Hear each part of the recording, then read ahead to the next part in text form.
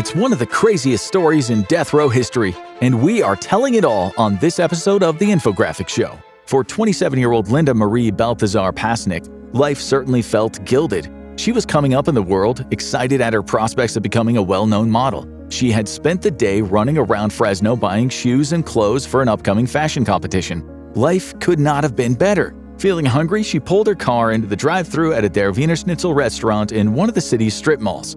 Linda was an attractive woman and so was used to guys staring at her, but as she was waiting in line to be served, a strange-looking man pushed his face inside of the open window of her car. Frightened, she gestured at him to leave, and he did. The assistant manager had been watching and asked Linda if she knew the guy. No, Linda said, explaining that he'd asked her for money. Her purse was on the passenger seat, and she had $4 cash in her hand. Details that would soon become important. The assistant manager rang up the bill, and Linda said, "Look, he's bothering that lady now," pointing across the lot. The man was now hassling a woman outside the 7-Eleven store next door. The assistant manager shouted through the service window, warning that the cops would be called if he didn't leave. The man, Ronnie McPeters, did not take kindly to being threatened or screamed at. He might have been begging for cash, but he had a car that day. The assistant manager saw him open the door and reach for something on the passenger side. He got out, stood for a second, and looked over at the Der Wiener Schnitzel, and then he slowly walked toward where Linda had just collected her order. Linda was about to pull away when Ronnie marched up to her window. He pulled a gun from his waistband and shot 3 times. She fell to the right side, blood rushing from her body. She still somehow managed to pull out into the street, but against oncoming traffic, smashing into the back of a parked van.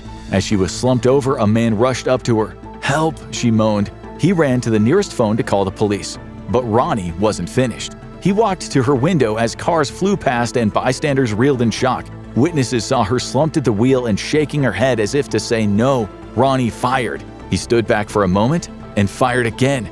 It was an execution. Then he calmly got into his car and drove away. Ronnie drove straight to his cousin's house, where he had been staying the last few days. His cousin Sabrina immediately asked where Arlena was, her sister who had gone out with Ronnie earlier to get donuts. He told her she was still at Winchell's Donuts. Taking the gun from his pants, he passed it to her and she hid it under a pillow. Sabrina told Ronnie to get in the car. They were going back to the strip mall to find Arlena, and Ronnie was driving.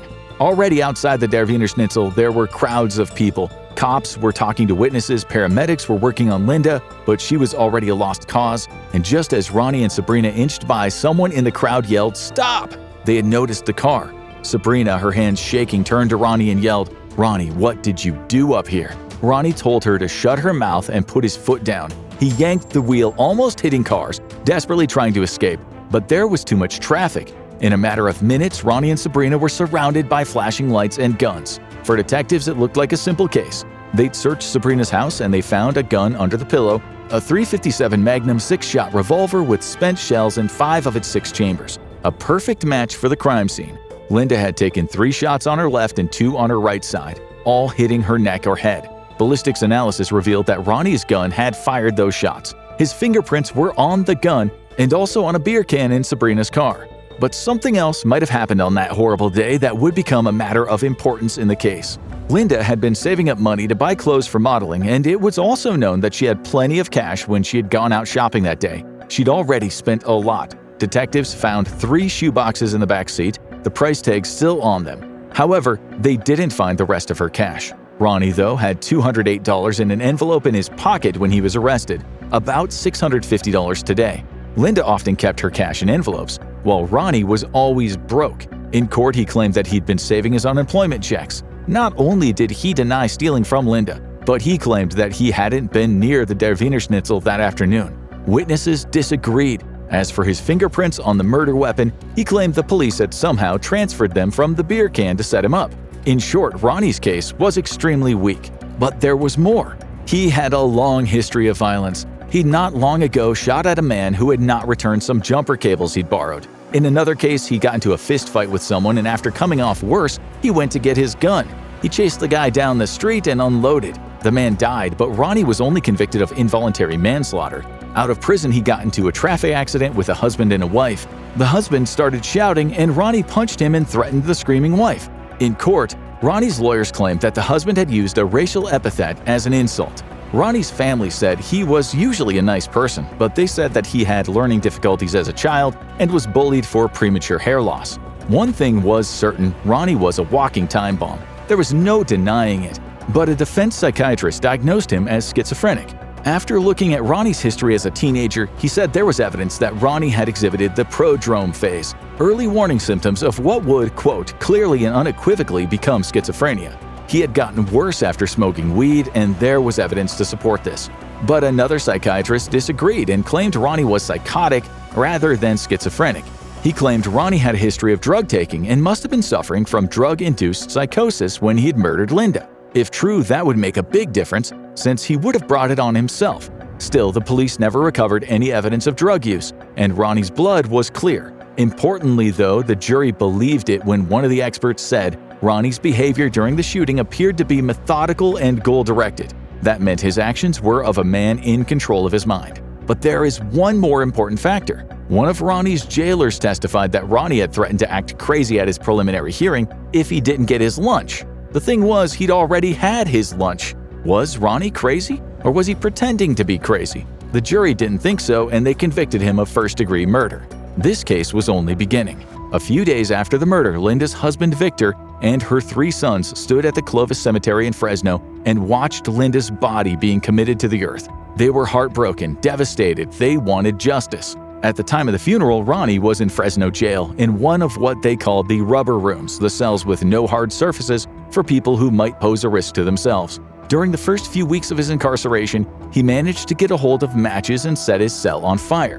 When he was reprimanded by the guards, he lunged at them, fists flying, and he kept saying weird stuff. After speaking with Ronnie, a psychiatrist told the officers that he believed Ronnie thought that this was all a part of making a commercial, and that Ronnie genuinely believed it. But the jury didn't think he was mad, or at least they thought that he was sane enough to stand trial. So Ronnie went to San Quentin, where his new home was death row. That meant 23-hour lockdown, hell on earth. He soon fell into a deep depression. If he wasn't completely insane, he was a very good actor, one willing to suffer for his art.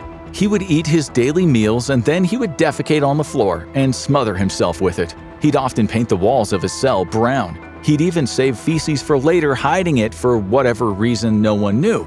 He'd also soak his prison clothes in his own urine and sit there stinking. Psychiatric reports said that he'd have long discussions with his wife and children, except he had never been married or had any kids. They were figments of his imagination, as were the relatives of Linda, who he seemed to think appeared in his cell to torment him. But Linda's family was not exactly keen on the idea of Ronnie's sentence being commuted. They hated him. How did they know that Ronnie wasn't acting, playing the long game? He wasn't the only case in California where lawyers of condemned men were arguing their clients were unfit for execution. If those men were indeed insane, was it ethical to kill them? By rights, inmates should know what is happening to them when they're about to be executed. Over the years, Ronnie has been diagnosed with schizophrenia. The prison authorities have had to force him to take the drugs. He's been hospitalized. One time he was strapped to a gurney for 5 days, and the doctor at the end of it said, "He's faking it." He was prescribed vitamin B12. But in 2007, a judge ruled that Ronnie was too incompetent to fight his conviction. He was said to be extremely disoriented and substantially non-communicative. How could he even speak to his lawyers? All prisoners on death row in the US can appeal, but what if they live in a dream world? Linda's family was irate at the possibility of Ronnie's sentence being commuted. Much of the public agreed with them. It wasn't as if Ronnie had just fired one shot. He had returned to the car to execute her and may have stolen her money. And then Fresno County prosecutors sent a warning. If Ronnie gets a commutation, there will soon be a lot of death row prisoners in the United States smothering themselves in feces. The US is just one of 3 OECD nations that regularly executes people, along with Japan and South Korea. 2025 was a bumper year, with 45 people executed compared to 25 in 2024. This goes against the grain of public sentiment. Back in the 90s, as much as 80% of the US public in the polls agreed with capital punishment, but in 2025 it's only at 52%, the lowest since the 60s. Over half of millennials and Gen Z give it a thumbs down, but older people are more supportive. More importantly, as far as this video goes, a 2023 YouGov poll found that 22% of Americans said executing someone was justifiable even if they had been diagnosed as insane. There's another argument: it costs a lot to kill people. Prisoners can spend decades on death row as they appeal their sentences, the average being about 20 years at a cost of $1.5 to $3 million. far more than it costs to imprison regular inmates. With an estimated 4.1% of death row prisoners likely being innocent, the state doesn't usually rush things. Over 200 people have been exonerated from death row since 1973. That is one exoneration for every 8 executions. In 2023, after 48 years on death row, Glenn Simmons was exonerated. In 1975, during his trial, the state withheld exculpatory evidence. Also in 2025, Jimmy Duncan was released after 27 years on death row after dubious bite mark evidence was ruled junk. Essentially, some death row prisoners should never have been convicted. But Ronnie Peters isn't one of them. There's no doubt that he took an innocent woman's life in an act of extreme brutality, but the question is, should he be tortured if he's mentally ill? The rate of men deciding that they don't want to live in prison is several times higher than the rate of free people. But the rate of men taking that option on death row is 5 or 6 times higher than in the prison's general population. 23-hour lockdowns are tough. When Ronnie was locked up, California's death row population was losing its mind. There were constant legal battles, prisoners receiving no exercise, no soap, men who had bite marks all over their bodies from rodent infestations. A state psychiatrist described death row as dark and dingy, where all day the only noise was psychotic patients yelling, hollering, and screaming. Death row syndrome is real. Men in isolation become deluded. Many suffer from psychosis. During Ronnie's incarceration, the state investigated conditions, and the state-appointed forensic psychiatrist called death row a place of terrible failures with a high tolerance for psychiatric dysfunction, meaning men were left with minimal to no psychiatric treatment. In late 2014, things changed. California opened the USA's first death row psychiatric ward. Men who had been delusional and psychotic for decades finally got treatment. Unaliving rates plummeted. Ronnie was one of the men treated. The question was, if not kill him, then what? What should happen to someone who is so clearly insane but has committed a heinous crime? In 2016, the state's then Attorney General Kamala Harris asked the Supreme Court to remove Ronnie from death row and resentence him to life without parole. This was controversial. Ronnie was one of about 20 death row prisoners in the state who were clearly insane. Should they all receive commutes? Much of the public and certainly relatives of the victims don't want these men who destroyed their lives to receive lighter sentences. No one has been executed in the state since 2006, and to many it feels like the justice system is grinding to a halt. The prospect of reducing these sentences only deepens the sense that punishment was slipping further out of reach. Instead, it was replaced by a process that seemed to prioritize rehabilitation over retribution. Now go check out Innocent on Death Row. Here's what you actually get when you're released, or click on this video instead.